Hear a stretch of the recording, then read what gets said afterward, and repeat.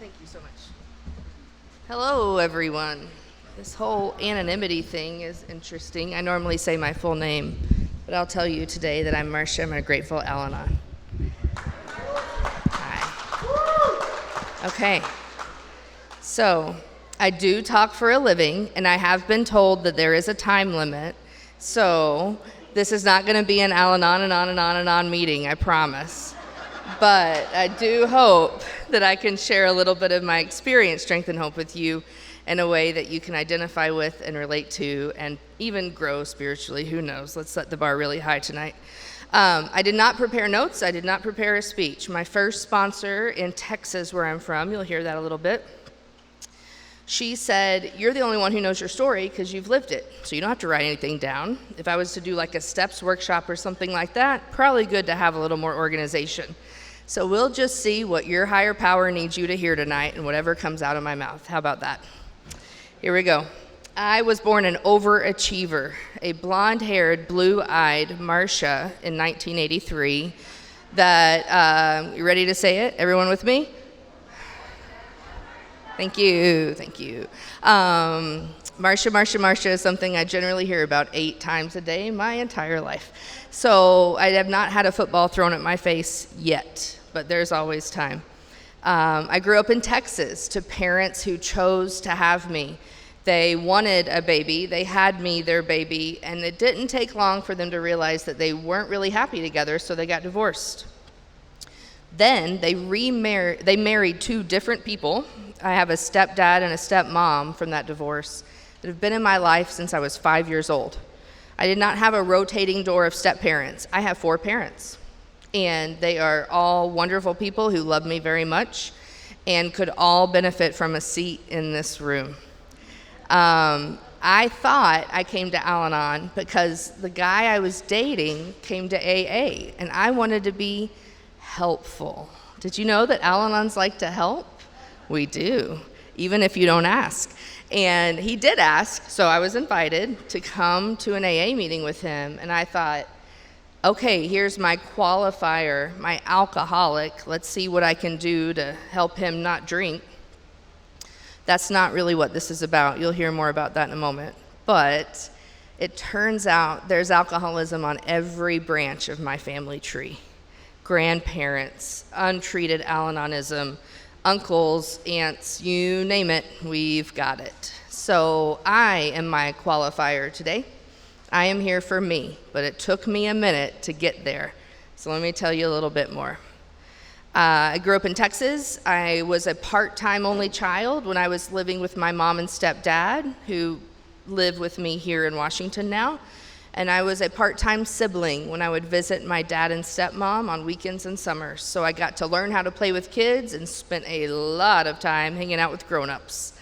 I was what they call mature for your age, which means you don't have serotonin in your brain anymore, but that's a separate outside issue. I was just used to being around grown people and having grown conversations, and I realized today that some of the things I've uncovered in my Al-Anon program are as a result of unhealthy codependency in some of my familial relationships and putting the burden of adult problems on smaller children. So I try not to do that because now I'm a mother myself, and you'll hear about that too. I graduated high school 3rd in my class. I was drum major, class president, homecoming queen, and all the things. Because the more you do and the more you achieve, the more they love you, right? And the more they love you, the better you are, and the more everything. So I had a strong resume. I got scholarships to college, and I finished college in 3.5 years. And I had my MBA by the time I was 25. And I still need a 12-step program to work my life because I was so busy doing everything and worrying about everyone else that I wouldn't stop and focus on myself. And that's one of the things Al-Anon teaches us how to do. It's also taught me that I have a higher power that's different than the one I grew up with. I spent a lot of time chasing a higher power when I grew up, and that looked different for me, and it's one of the main points of resistance that kept me from coming to Al-Anon for a long time. So I met my qualifying alcoholic that was trying to get sober when I was 20 years old.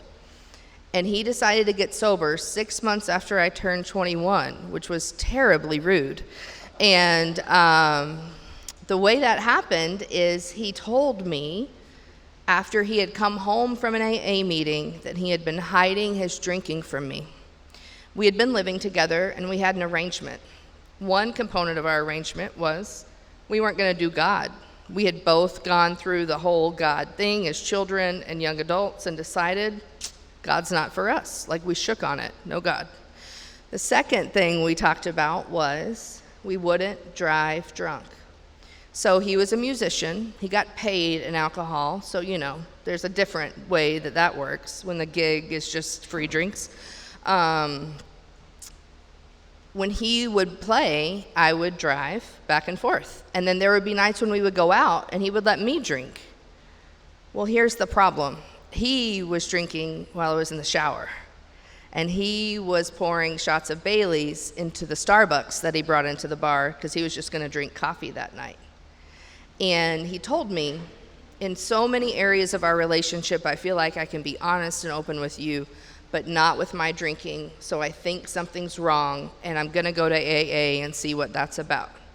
So as a good Al-Anon, I say, how can I help? And he says, there's an open meeting at a place called the Glass House. There's a lot of young people there. Al-Anons, we didn't know what an Al-Anon was. He said, you don't have to be an alcoholic to come to an open meeting. Do you want to go with me tomorrow night and we can just try it and see how it goes? And I said, sure. So we went to our first meeting together in February of 2005. I was 22, how old was I? Yeah, I was 22 years old. And all I heard was God. And our home group, the Glass House in Fort Worth, has a nickname. They call them the God Squad, because there's a lot of talk about God in meetings. They don't say higher power as often as they say God up here. So the God Squad, everyone was talking God this, God that. And you see, we had a deal. I was not interested in this God thing.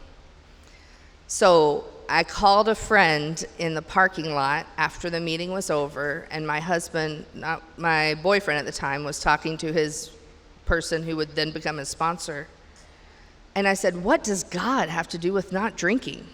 If you want God, just go to church. I don't understand what all these people are talking about. So I was not sold on the AA thing. I didn't get it. I didn't like it.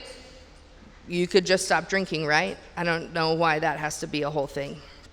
So there's a part in the big book that talks about contempt prior to investigation, and I had a whole lot of that.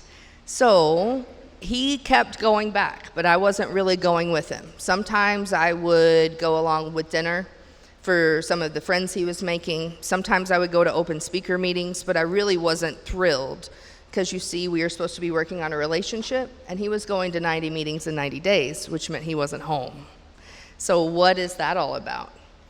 Well, it turns out he was getting better and I wasn't. So I decided maybe I need to be doing something for me. Just kidding. I wanted to save our relationship. So I started going to Al-Anon. Because, we could do this together, right? You could go to a meeting, I could go to a meeting, we can kind of call it a date. It'll be fine. We'll have the same kind of friends. It'll be great.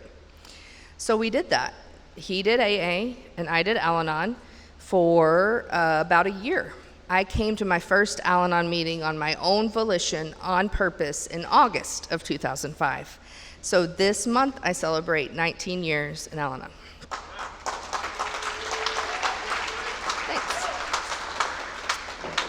Thanks. It didn't take me long to realize that y'all had an agenda, and that agenda was get a sponsor and work the steps. And you see, I was in college, so I understood how to do homework. So I had a sponsor who gave me homework, and that was called the steps. So I started working them. And I got to 1, 2, and 3, and I was trying to figure out God because I thought I had turned my will and my life over to God, and it didn't work, or else I would still have that God from my childhood. And I started reading the big book as part of our steps. And the big book said that you can choose your own definition of God. And that was mind-blowing to me. So today, my definition of God is undefinable. The God as I understand him cannot be understood. I need my higher power to be so big it can take care of all the things that I imagine are going to happen to you or me when I'm in a fear spiral. I need my higher power to be so ambiguous and so amorphous that I couldn't define it if I tried, but I can trust that it's big enough and powerful enough to take care of what I need. So I don't understand my higher power, but I have one now, and that helps a lot. I got through my 4th step, kicking and screaming. Writing is my least favorite part of this program. I hate it. I really don't like to write. It is not fun for me. It is not fun for my brain. And it is so important that we do that work, and I just don't like it. Because we're all about honesty here, right? Didn't you read that and how it works? Yeah, rigorous honesty sucks. I got through my 4th step because my sponsor gave me a deadline. And I went to her house, and she let me sit on her couch, and I had a box of tissues and a glass of water, and I cried for 8 hours while I read to her the annals of a 23-something drama queen, I guess. I don't know what I was. And she finally said, "Are you almost done? We need to eat," because we hadn't broke for lunch. So she made me dinner.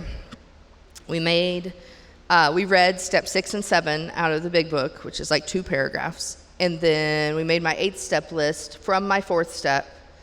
And then we burned my 4th step.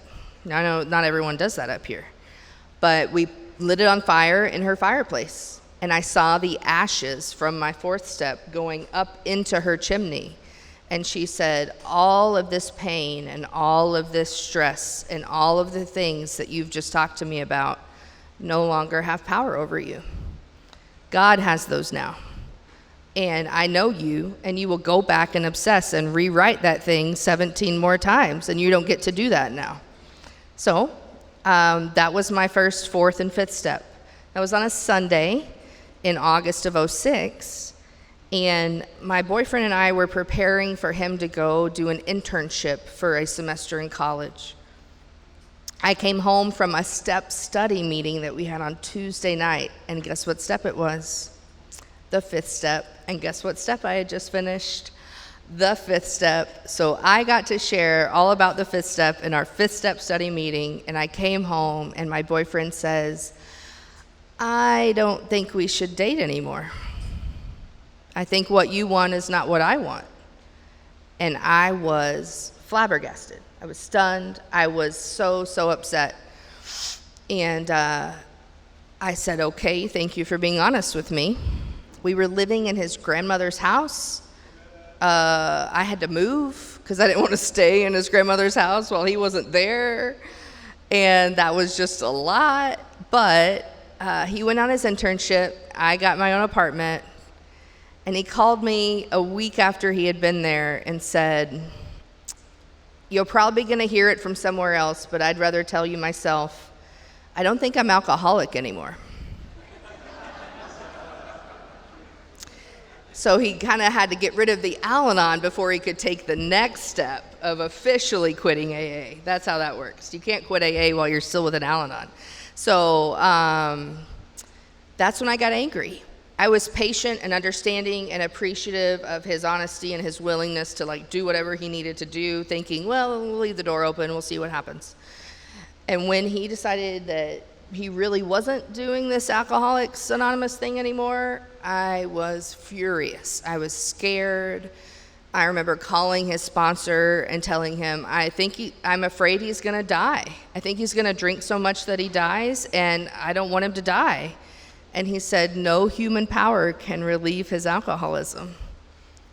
But a brain full of AA and a belly full of alcohol does not mix well, I'll tell you that.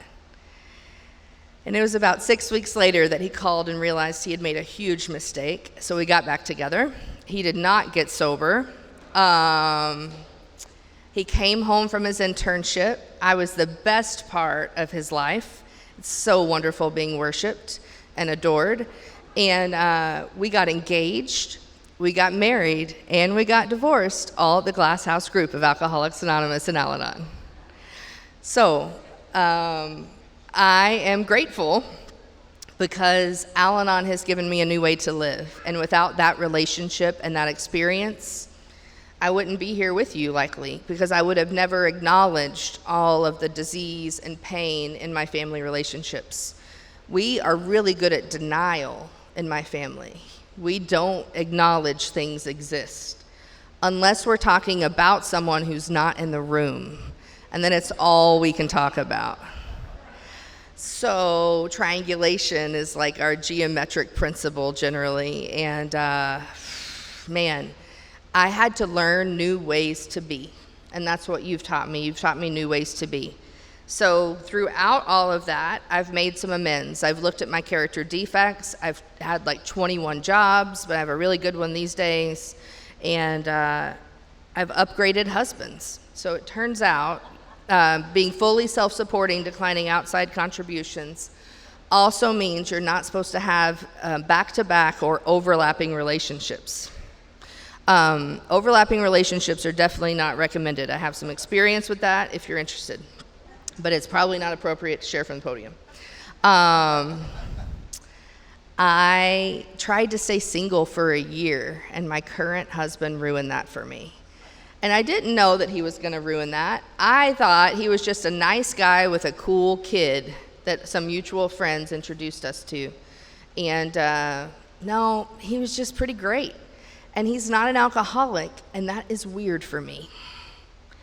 Because I would be going out of town for something, and I would say, is there anything you need me to take care of before I go? And he would use these words, no, I've got this. Excuse me? Are you speaking a foreign language? You are self-sufficient as a human being, and you don't need me to help you or fix this or do all the things that you can do as a grown-ass man? That's correct. You see, he was a single dad when I met him, and he had this really great 9-year-old. And today, that is our kiddo, and he's 19. And then we made a baby on purpose with science, so I have some experience with that too. She's 6 and a handful, and I'm really grateful that he's home with her right now, or else you'd be hearing from her too. We knew from our first date that we wanted to move to Washington. We had lived in Texas-ish our whole lives. He was kind of half Texas, half New Mexico, and he has some cousins up here that have kids our daughter's age. And we wanted out of that Texas heat, because I know I see your fans. I brought a fan too. I got a little bit of this upper lip sweat happening right now, so I understand. However, it is not 100 degrees for 100 days up here, and that is what we were trying to find, and we found it. Never going back. When we had my daughter, we were able to do that because of science, and also my parents who raised me, I'm their only child, they came to help me care for my daughter. And when we told them we were moving to Washington, we extended the invitation to them too. So I have a multi-generational home with alcoholism. I brought my mom's untreated Al-Anonism into my home. She is an alligator because she snaps. I have an Alatot who's now 6. I have a normal functional husband who sometimes get angry about things, and a stepdad who just learned this year how to work the laundry machine. Big deal in our house, because my husband can do his own laundry, so now her husband has to do his own laundry, and that's a whole thing.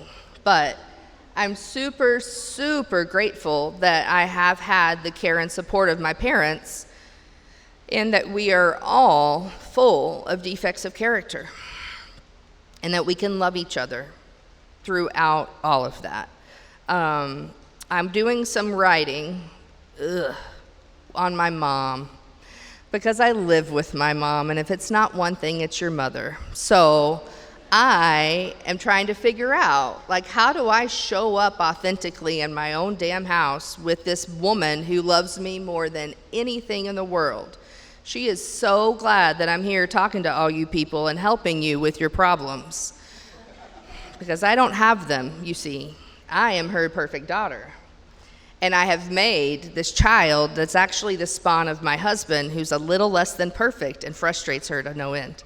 So I have to set boundaries, and I have to show up, and I have to be honest and true to myself, but to also respect that I can't do all of that with any expectation that she's going to change or be better.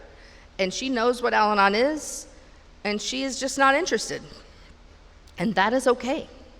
She can just not come, and I can figure out how to take care of myself in my own home with my mother and my husband and my stepdad and my daughter.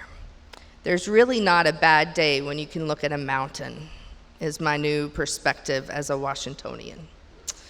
I played God most of my life. I thought I was a human power who could have relieved someone's alcoholism. I thought I could help you run your life better, you see, because I knew, and I had this information, and if I could just find a way to share it with you, maybe, just maybe, you would get it right this time. Because the reason I keep coming back is people aren't doing it right. If you have noticed, people don't drive right, people don't file their taxes right, people don't load the dishwasher right, people don't do it right in my home and elsewhere.